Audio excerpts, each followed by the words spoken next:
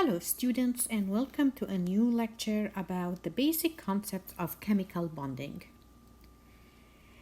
The chemical bonding is really based on the Octet Rule, and the Octet Rule stating that atoms other than hydrogen, and I will explain why, want 8 valence electrons. And the reason why, because that will make their electron configuration look exactly like a noble gas, which is the most stable configuration. Stability is the driving force of nature. Everything wants to be more stable. When it comes to element, the most stable is a noble gas. Now, hydrogen is an exception because hydrogen wants to become like the next noble gas, which is helium, and helium has only 2 electrons. So it is still a noble gas configuration, but it's not 8, it is indeed 2. Valence electrons, as we have seen before, just to remind ourselves, is the outer what we call or are the outer electrons and they are the ones who are participating in bonding. So only the valence electrons are involved in the bonding. And valence is the higher N, if you remember that from our electron configuration lecture. Now, let's look at this here. Group 1A, the valence configuration is NS1, which means group 1A has 1 valence electron. 2A is NS2, which means 2 valence electrons. 3A, NS2NP1, that makes 3 valence electrons, and so on till we reach 7A, which is NS2NP5, 7 electrons. So octet is 8A, right? Which is when we reach NS2NP6, and that is noble gas group, and that is octet. All these here are going to do whatever it takes to become like the noble gas. Now, in order to understand the bonding, we have to understand how we put those valence electrons in what we call a Lewis dot symbol, which is the element symbol and the valence electrons around that element as dots.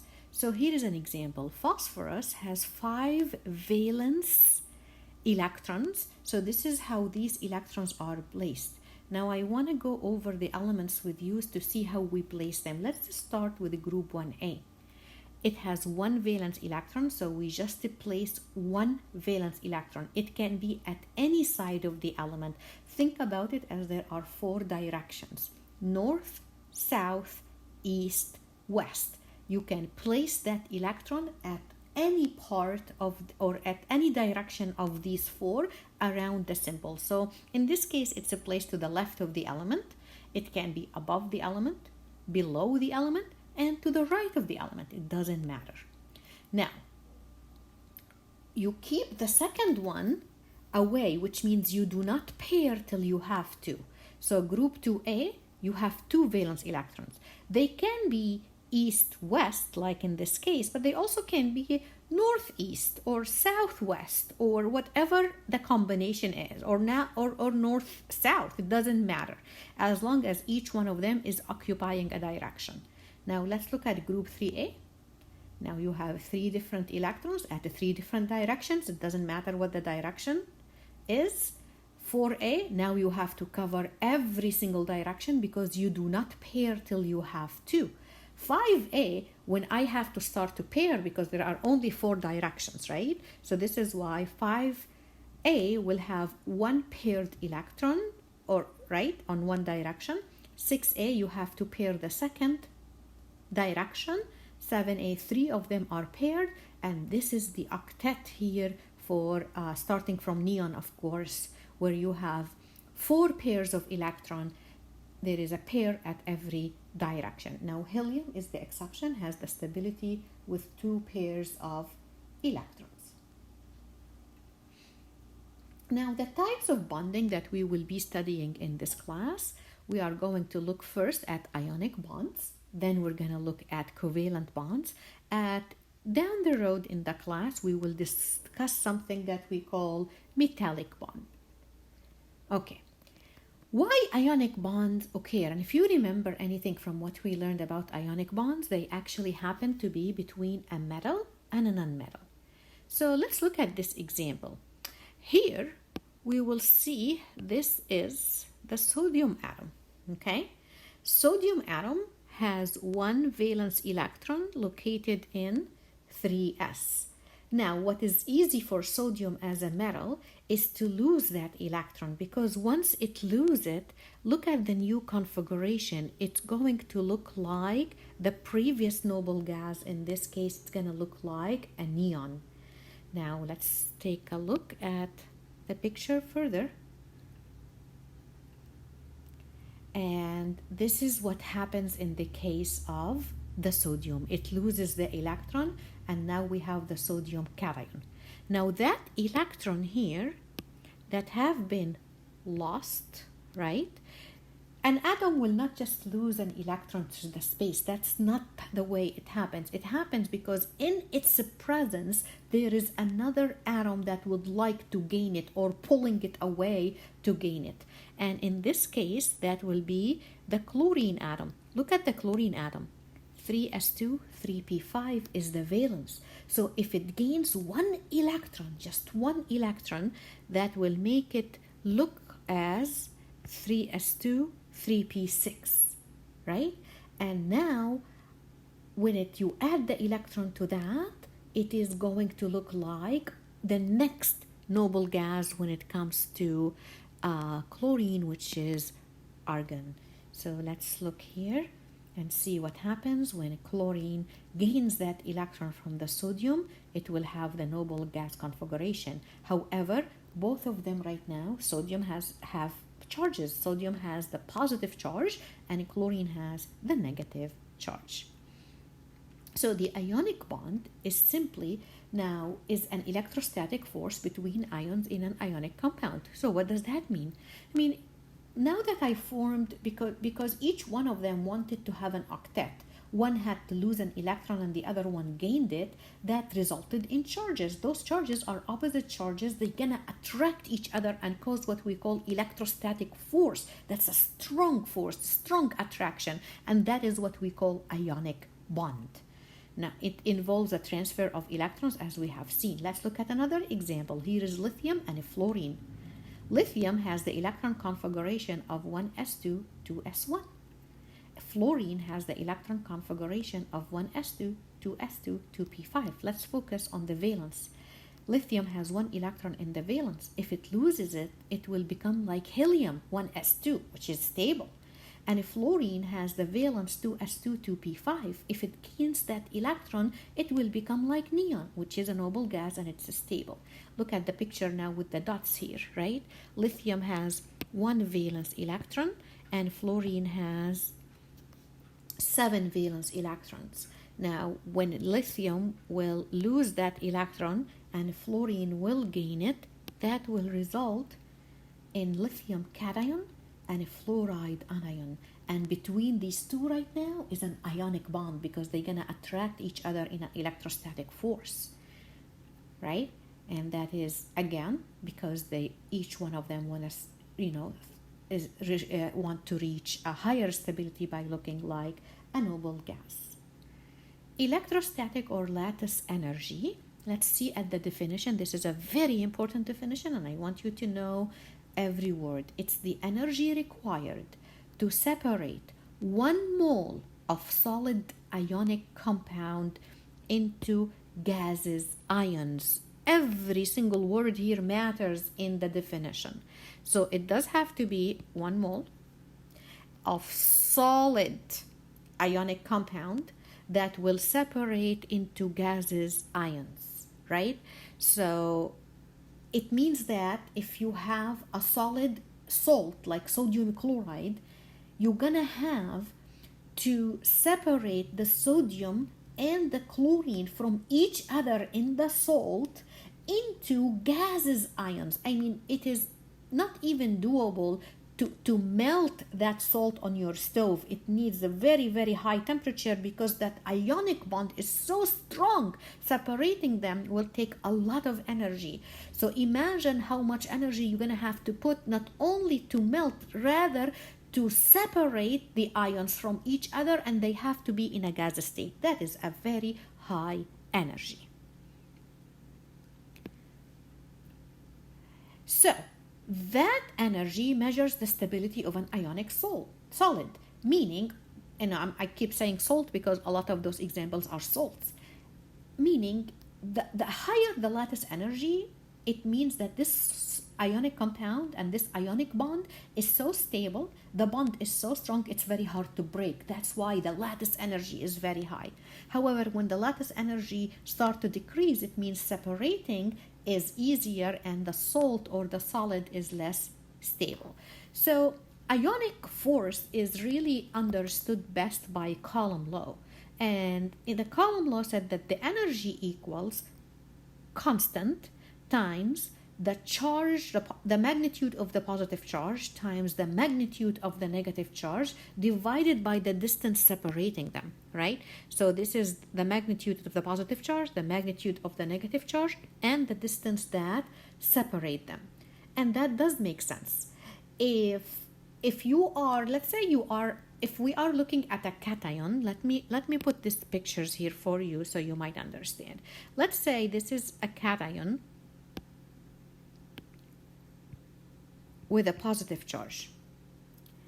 If at equal distance I put two cations next to it, okay, one with a positive, I meant to say an anion, not a cation. Okay, one with a -1 charge and one with a -2 charge. Now, same distance. This is the same distance, okay? Who is going to attract this cation more, the -1 or the -2? Well, of course, the -2 has more power to attract this than the -1. So the higher the magnitude of the charges, the stronger the ionic bond or ionic attraction or the electrostatic attraction, whatever you want to call it. Let me show you another example that demonstrates R. Let's say one more time you have a positive charge.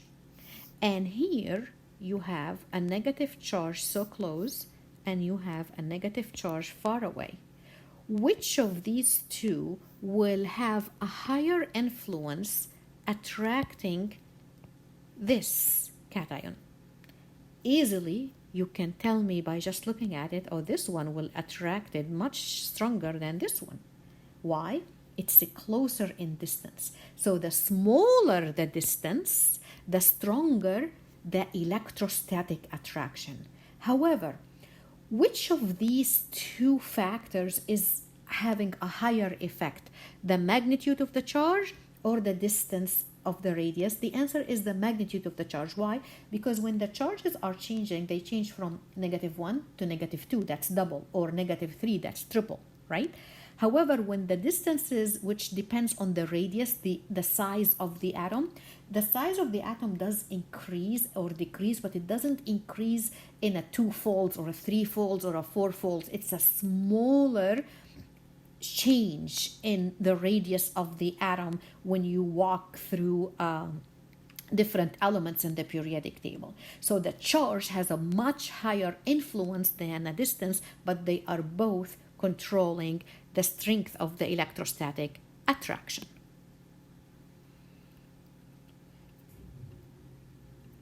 So now, lattice energy increases as the charge increase or when the R decrease, right? And why lattice energy is a reflection of Coulomb law? Because lattice energy is breaking the salt into gases, which means breaking the ionic bond, the attraction.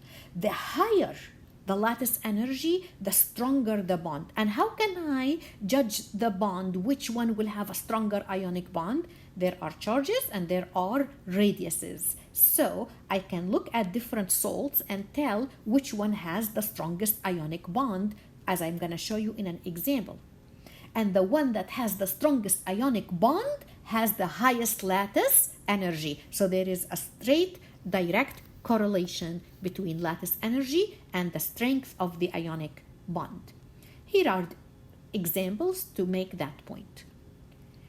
If I am asking you which of these two compounds will have a stronger lattice energy, I'm not really asking that you can predict the magnitude of the lattice energy. That's not the question.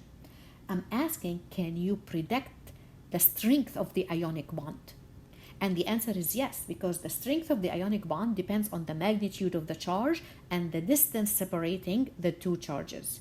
So let's examine this compound first. When it comes to lithium, here, I'm going to put it right here.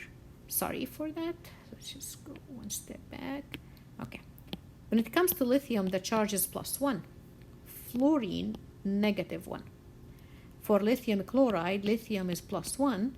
Chlorine is -1. I'm going to focus on the magnitude. The magnitude is +1, -1, +1, -1 for both. So in this case, it is not about the charge. It has to be about the distance, right? Which is the radius. The size of the atom will control the distance between the two atoms. So now I'm going to look at, okay, who is a bigger atom? Lithium is in common between the two. So lithium is not the one that's going to make the decision. It's between fluorine and chlorine. Fluorine is much smaller atom than chlorine, which means the distance in the radius of a fluorine is way smaller, and the distance r will be accordingly also smaller. And we said that the smaller the r, the higher the ionic bond, or the stronger the ionic bond, and the higher the lattice energy. So lithium fluoride should have a stronger ionic bond, and as a result, higher lattice energy. Let's look at the numbers together. Look at that. It's 1036 for lithium fluoride, versus 853 for lithium chloride. Clearly, lithium fluoride has a stronger ionic bond. However, look at the differences. I mean, yes, it's stronger, but it's not like enormously higher, because as I said, the distance is a smaller factor than the charge. Let's examine that. Here we go. Magnesium fluoride and magnesium oxide, which one of them will have a higher lattice energy? We are going to examine the charges right now, okay? When it comes to, when it comes to magnesium fluoride, right? Magnesium fluoride, I look at the charge of every atom. Magnesium has a +2, every fluoride has a -1. When it comes to magnesium oxide, magnesium has a +2 and the oxygen is -2. I look at the charge of the atom, right? So every fluorine has a -1. That's what I'm looking at, that the ion in this compound has a -1, okay? So, okay, when it comes to charges, clearly oxygen is a -2, higher magnitude than a -1. However, the size is the opposite. Fluorine is smaller than oxygen. Who's going to win? These two factors are working against each other. When it comes to the size, fluorine is smaller and should predict higher electrostatic force. However, when it comes to the charge, oxygen has a higher magnitude charge, and that predicts a stronger electrostatic force. But as I said, charge has a stronger effect than size. So when size and charge are competing against each other, the charge will win. Let's see the outcome. Do you see the difference here? Magnesium oxide is almost 4,000, while magnesium fluoride is almost 3,000. That's a much higher difference, although the size of fluorine is smaller, but again, the charge influence is higher. Okay, charge influences the lattice energy the most, since R only varies slightly when the charge can actually double and triple and so on. Let's look at these examples here, guys, and I want you to pay attention to the following. On the left side column, all of these here do have +1, -1. All of these here have +1, -1. Okay. However, when you go down this column, what happened that the size gets bigger and bigger and bigger, and as a result, you can see that the lattice energy gets smaller because big distance is small ionic bond or weaker ionic bond. Now let's look at this column here. Here we have a mix of +2, -1. And you can see that these lattice energy values are definitely higher than those for +1, -1. Then if you go down, now we're gonna have +2, -2, and those values are even higher, right? They are start to be in the 3000. Here I have the -3 and the +3, and look at what happened to the lattice energy value. The value is in the 7000.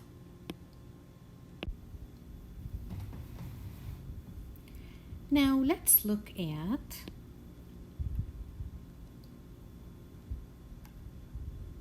again the conclusion we're gonna run into, that the greater the lattice energy, the more stable the ionic compound. And if you can see that lattice energy is a positive value, the reason for that, it's going to take a lot of energy to break a salt into ions and gases ions to be even more specific.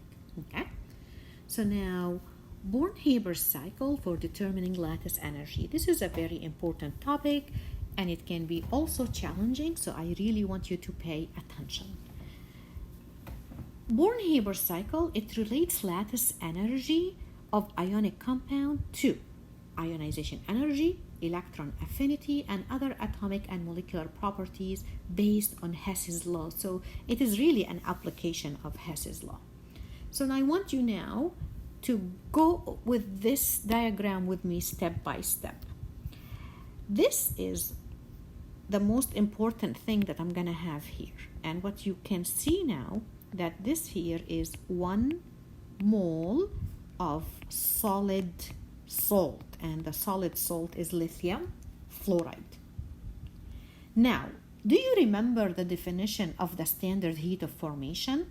The definition of the standard heat of formation is making 1 mole of a solid from its elements at their most stable state, which is lithium solid and fluorine gas, right? And I need to make 1 mole, so it will have to be half a mole of fluorine gas because I only need 1 fluorine. And that delta H here is what I call standard heat of formation of lithium fluoride. That is delta H, or the standard heat of formation of lithium fluoride. Now, I also, on the side here, I want to remind you of the idea of Hess's law before we go further and analyze this chart. Now, do you remember if I want to go from A to B and I want delta H for this? I don't know what delta H is.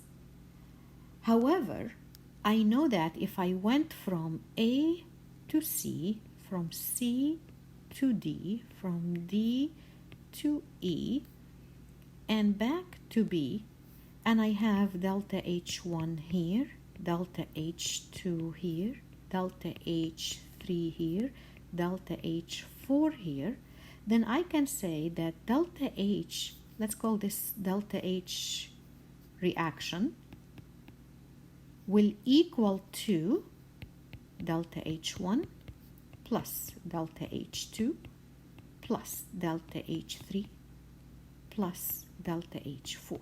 That is Hess's law, right? Because Hess's law says that going one way or multiple ways, as long as your initial and final are the same, because remember, energy is a state function. What matters is where do I start and where do I end. The path does not matter. And what is my initial? A. What is my final? B.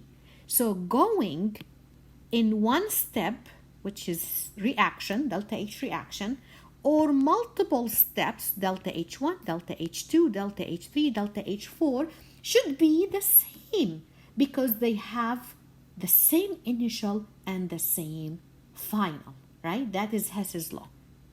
So far so good. Now I'm going to remove this picture because I want now to show you first on the picture, how is that exact same thing related? So if I go from this initial to this final via the standard heat of formation is equal then going here and here, because I have two different substances, right? Then from here to here and then down here, right? So delta H1, delta H2, delta H3, delta H4, and delta H5, meaning standard heat of formation of lithium fluoride equals delta H1 plus delta H2 plus delta H3 plus delta H4 plus delta H5.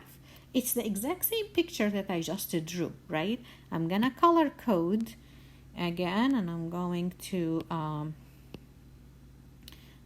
color code going through this path in purple, okay, should equal to, and I'm gonna use a different color here, I'm gonna use bright red, going this path with this path and then down here. What do I have in common? My initial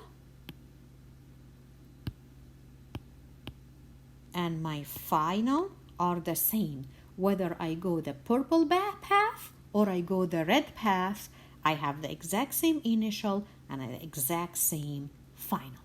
So far so good? Now, why do I have two arrows? Because I have to take lithium separately to a lithium cation and fluorine separately to a fluoride ion, and I have to also do it to go to a gas phase. So now I'm going to erase this if the picture is clear to understand why we need to do what we need to do. Look at this picture again, and let's remind ourselves of what is the definition of lattice energy. Lattice energy is when I take 1 mole of the solid and I separate it to a lithium cation in a gas phase and a fluoride anion in a gas phase. Delta H for this reaction is what also called lattice energy. So far so good? So now let's locate that in the picture. Lattice energy is going this way. Is taking lithium fluoride, 1 mole of lithium fluoride, to the gases cation and gases anion. Right? That is lattice energy. However, to complete my picture, I don't need the brown path, I need the red one. So if the brown was lattice energy, what would be the opposite? We have learned this before. When we reverse a reaction, if this is lattice energy, then delta H5 is negative lattice energy, right? Because it's the opposite. So far so good? So now I know that this here is a standard heat of formation, and this here is the negative lattice energy. So now my job to complete the circle, now I'm going to highlight so just to help you understand. I can have this, and I know that I need to calculate this, which is the negative lattice energy, right? Now, because these are what we use Born-Haber cycle is to help us calculate the lattice energy. Now, if I calculate negative lattice energy, that's easy. I can just reverse the sign and get lattice energy. However, if you look here, that cycle is still open. I need to close it. And in order to close it, I need to go from lithium solid to lithium cation in a gas state, and from half a mole of a fluorine molecule to a fluoride anion in a gas state. How can I close that? Now I want you to look carefully at what we will be explaining.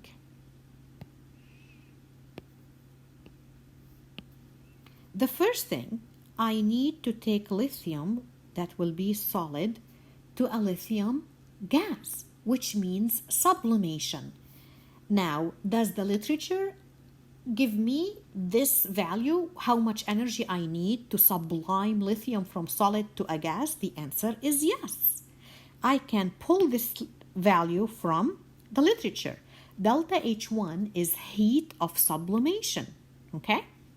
Now, after I sublime lithium, I need to make it lose an electron and become a lithium cation. Oh, we learned that in the previous chapter. It's called first ionization energy. And I showed you there are tables for that. Can I pull out that value for the can I pull that value for the first ionization energy of lithium? The answer is absolutely yes. Okay. Now, I closed the lithium part of the circle. Let's close the fluorine part of the circle. Fluorine is a molecule. I need first an atom. So I need to break the molecule and make an atom. I'm going to write this down here. Fluorine is a molecule. If I break it, it will break into 2 atoms of fluoride. And delta H here is called bond energy. We will learn more about the bond energy in this chapter, but there are tables for that. Now, all I have to do to serve my purpose in this specific example is to multiply this equation by 1/2. Why?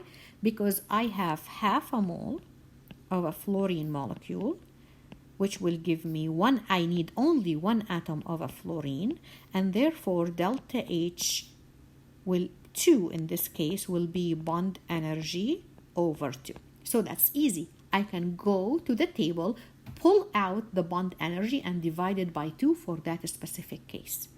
Now after that, I need to take a fluorine gas atom, add an electron to make a fluoride anion. Oh, we have learned that. That's called electron affinity. And electron affinity is delta H when fluorine will gain an electron to become a fluoride anion. So now look at what you have. There is a table to give you this. There is a table to give you this value, which is the standard heat of formation of lithium fluoride. We got the values for delta H1, delta H2, delta H3, delta H4. What's left is the negative lattice energy to be calculated, right? If you close this circle, how does this circle close? This equal to the rest, right? So if I'm gonna write it down right now for you guys, and I'm going to erase everything right now to show you what we mean, right? This, where this is my initial and this is my final, I'm gonna write it down right now for you guys. What does that mean? That the standard heat of formation of lithium fluoride equals to heat of sublimation, which is delta H1, plus half bond energy, which is delta H2, plus first ionization energy, which is delta H3, plus electron affinity of a fluorine, which is delta H4. And then the last thing, so I was just going in this direction, guys. If you can really tell what I am doing here.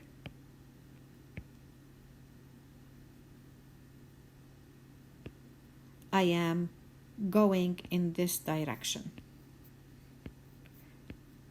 Right? Now to close the circle, to go from final and initial, I need to go this direction. What did I call this direction? Negative lattice energy. You got this value from the table. You got this value from the literature. This one has a table. This one has a table. This one has a literature value. Can you calculate lattice energy if you have all these values? The answer is Yes, you can. Okay? Now I know this is not an easy concept to digest. If you are in doubt about the definition of ionization energy and electron affinity, you do need to go back to previous chapters and review these topics. Also, maybe the definition of the standard heat of formation. Now, let's apply all of this to show you how would you be asked about a given question, either using Born-Haber cycle or Hess's law to solve a problem like this.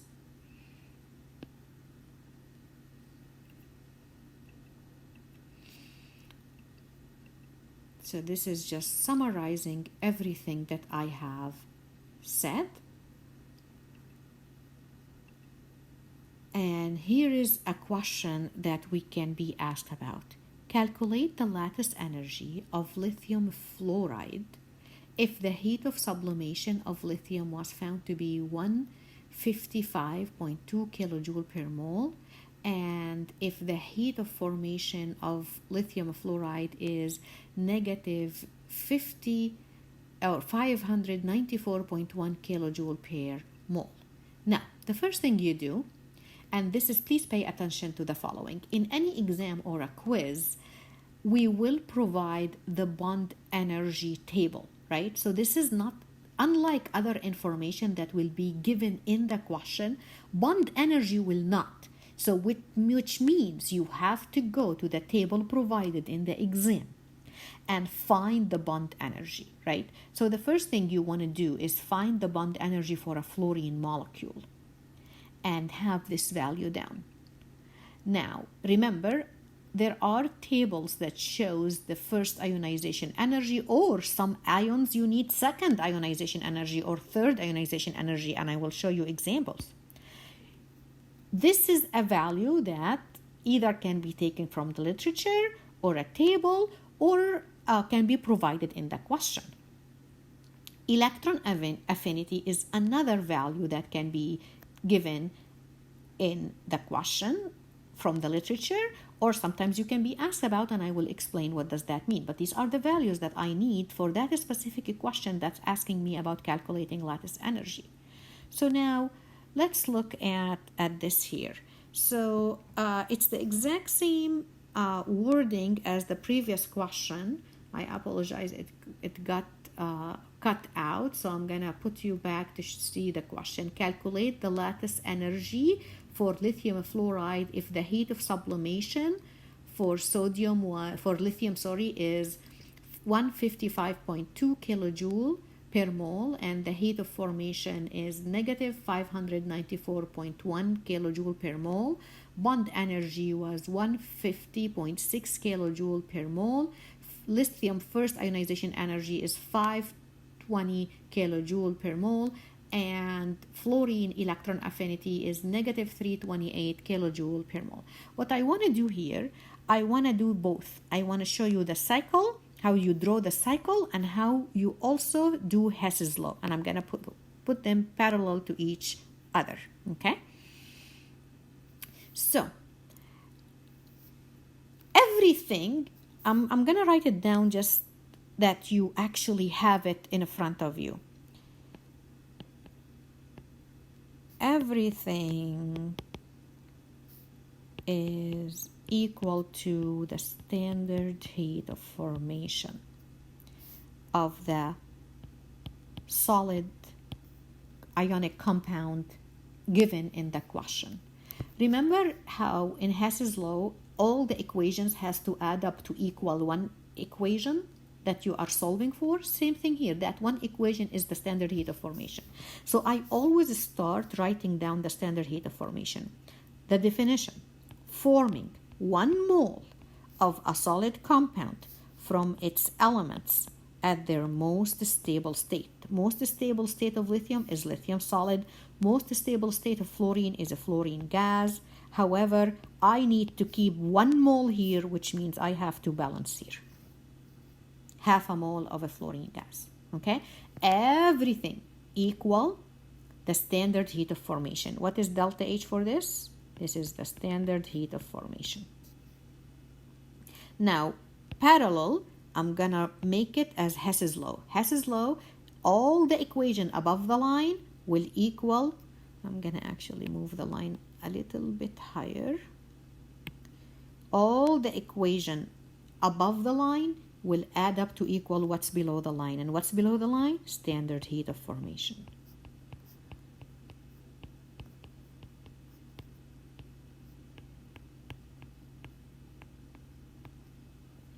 Okay, now what we need is to take lattice energy is breaking this to equal ions in a gas phase, right? So if lithium is an ion, it will be a cation and it will be a +1 because it's a group 1A.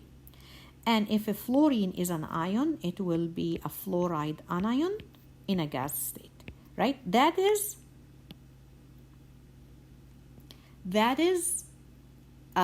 what lattice energy is. Now, to close the cycle, instead of going from solid to ions, I'm going to go the opposite way, and that is negative lattice energy.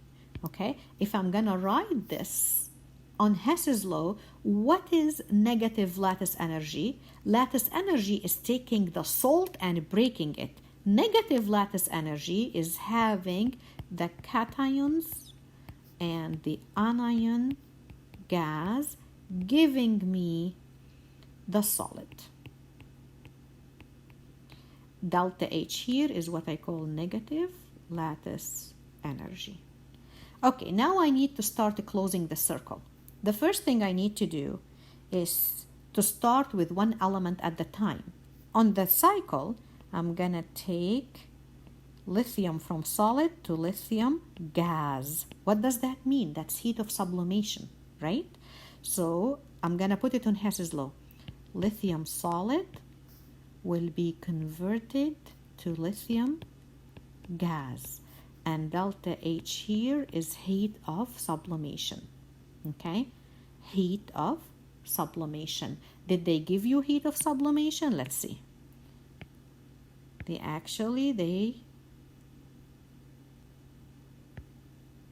did. Okay, this is the heat of sublimation value for lithium. Now, next step, I'm going to make lithium lose an electron to become a lithium cation. So lithium gas will lose an electron and become a lithium cation.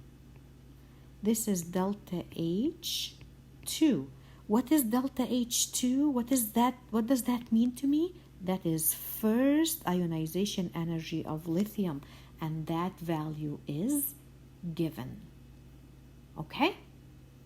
Now, I am done with lithium. I took it from lithium solid to lithium cation in a gas phase. Now I'm going to do fluorine. I'm going to take a fluorine from a molecule to atom first because I am dealing with an atom. So now I'm going to take half a molecule. 1 second here, sorry for that.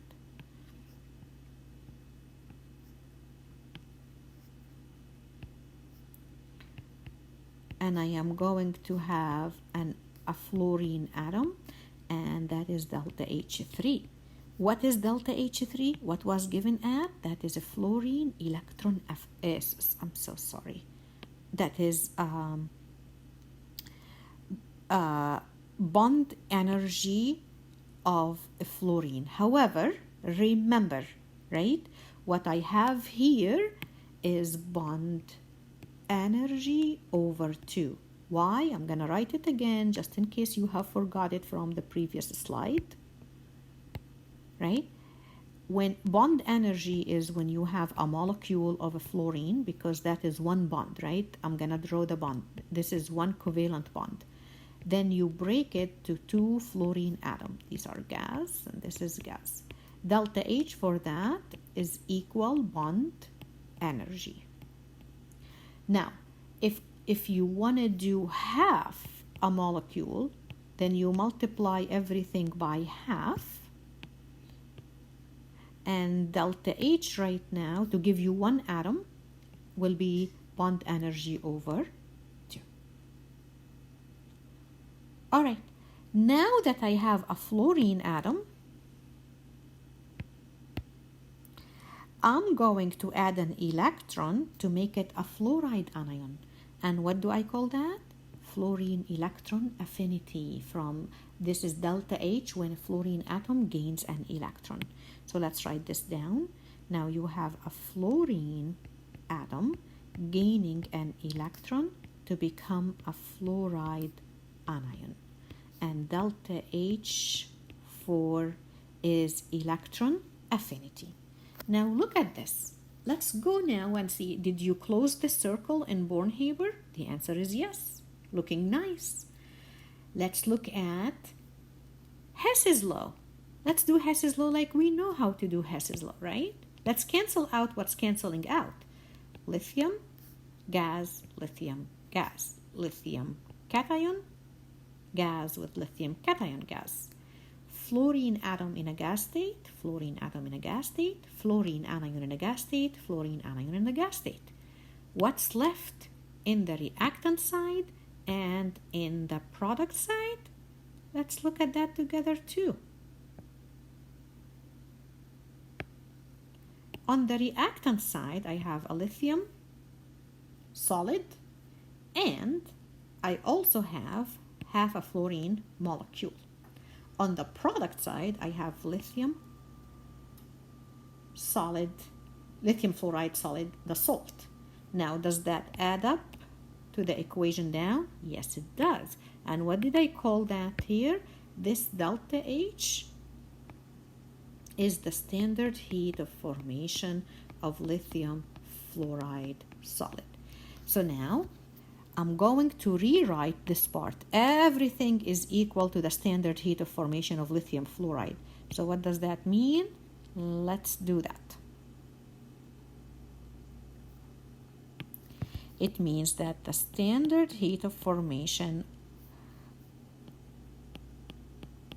of lithium fluoride solid equals to delta H1, heat of sublimation, plus delta H2, first ionization energy of lithium, plus delta H3, bond energy divided by 2, plus delta H4, electron affinity minus lattice energy.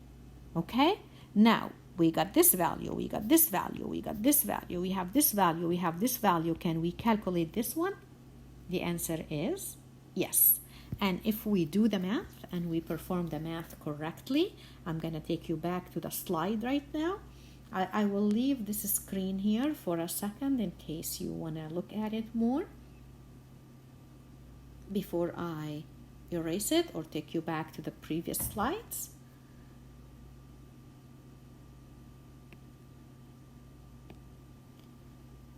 And let's go back. If you do your math correctly and everything as it's supposed to look, then negative lattice energy will equal negative 1017. But when you report lattice energy, it's a positive value, right? Because that is negative lattice energy, which is 1017 kilojoule per mole. So far, so good? All right. Now that we have done that, let me show you what other variation you might see. I'm going to now assume the following. What if the question is asking you about a different salt? Let's make the salt this time to be magnesium. Let me rewrite this again. Let's make the salt to be magnesium bromide. Okay. And I want you to calculate the lattice energy of magnesium bromide. How do you do this? Using both methods, the cycle and Hess's law. I'm going to divide this here. And remember, what is my point? Everything equals to the standard heat of formation. That's how I start. Everything equals to the standard heat of formation. So let's write the standard heat of formation. making 1 mole of the solid from elements at their most stable state. For magnesium, that will be magnesium solid. For bromine, that will be, I need 1 molecule of a bromine, and bromine is liquid at room temperature. Okay, for Hess's law, I'm going to put the line here, everything going to equal to the standard heat of formation.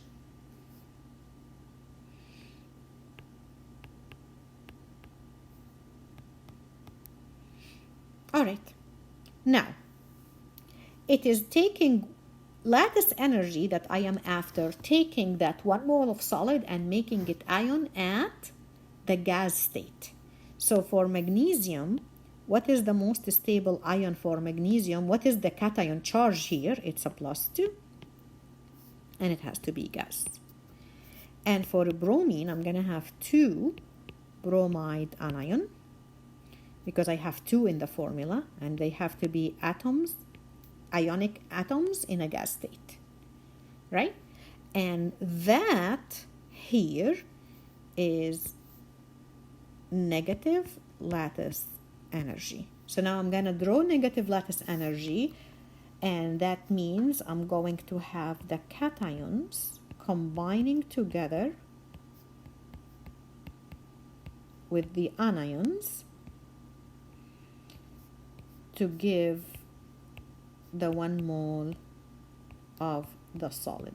This is negative lattice energy. All right, now to close the circle, I need to go from magnesium solid to magnesium +2. First thing first, I'm going to have to sublime my magnesium to a gas. So the first thing I'm going to do here, I'm going to take magnesium solid, and I'm going to have to sublime that. Delta H1 should be heat of sublimation.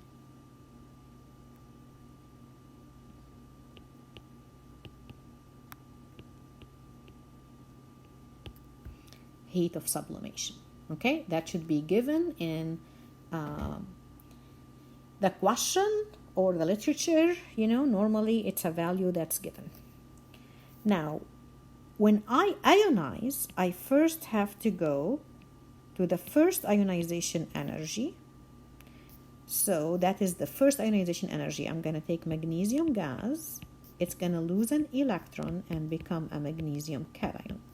And delta H2 is the first ionization energy. Then I'm going to go from magnesium +1 to magnesium +2. So that will be magnesium +1 gas will lose another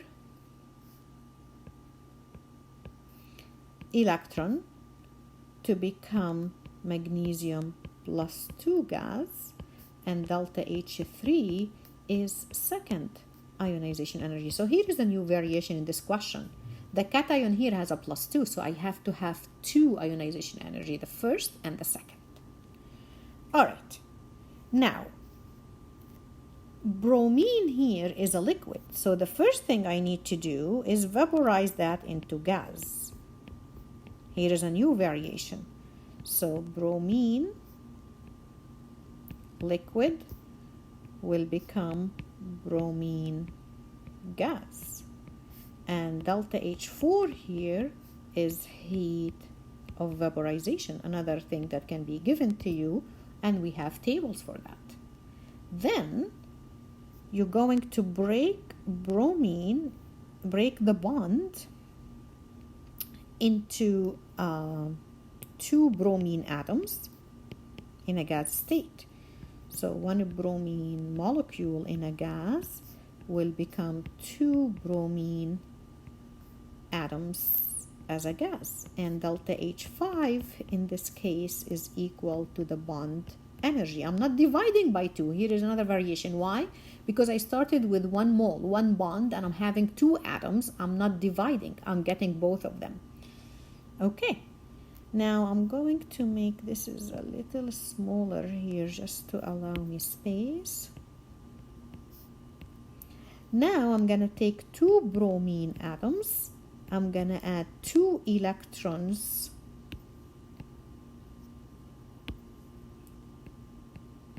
to them, and that's going to give me 2 bromide anions in a gas. And now delta H6 here is 2 times the electron affinity. Why 2 times the electron affinity? Because I did that to 2 atoms. Every atom is 1 electron affinity. So when you have 2 atoms, it's 2 times the electron affinity. Let me remind you of electron affinity equation. This is the electron affinity equation. You get 1 bromine atom in a gas state, you add an electron, and it will become a bromide anion. Okay? Delta H is equal electron affinity. So when you have 2 atoms, you're going to multiply this equation by 2, and that is going to give you 2 times the electron affinity. Now let's double check our work and see if everything cancels out as it's supposed to. Okay? Magnesium. Oh, I made a mistake here. I am sorry. Let's correct this. This is a magnesium.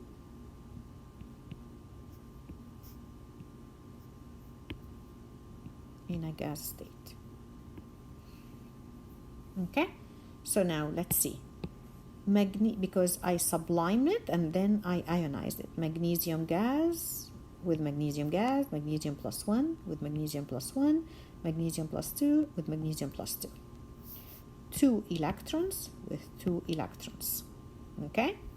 Now, bromine molecule in a gas state with a bromine molecule with a gas state. 2 bromine atoms in a gas state with 2 bromine atoms in a gas state. Okay? Now, 2 bromide anions in a gas state with 2 bromide anions in the gas state. What's left on the reactant side? Magnesium solid and bromine molecule liquid, and on the product side, magnesium bromine solid, which is equal to what is below the line. Remind me again, what's below the line? That is the standard heat of formation of magnesium bromide solid. So now, let's put this equation together to know what does it mean. Let's put this equation together.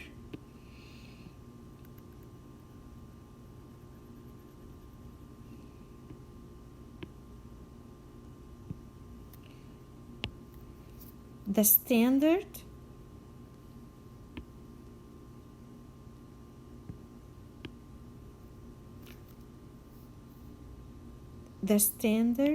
heat of formation of magnesium bromide equals to delta H1 plus delta H2 plus delta H3 plus delta H4 plus delta H5 plus delta H6 minus lattice energy.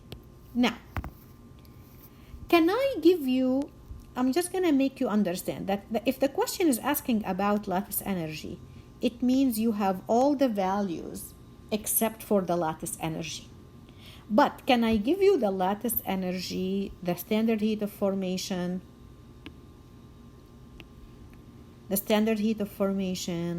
delta H6,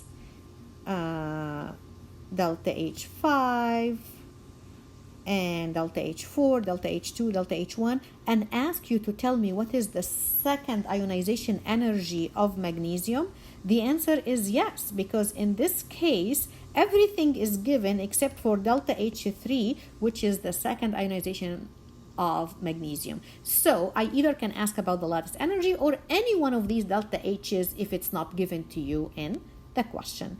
Now, please make sure that you practice this topic and you practice it really well. This is not an easy topic. It demands a lot of practice. The more lattice energy problems you practice, the better you will become.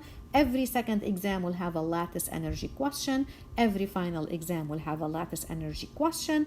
Please go to SI. They will have practice lattice energy questions for you as well. Thank you, and I will see you in the next lecture.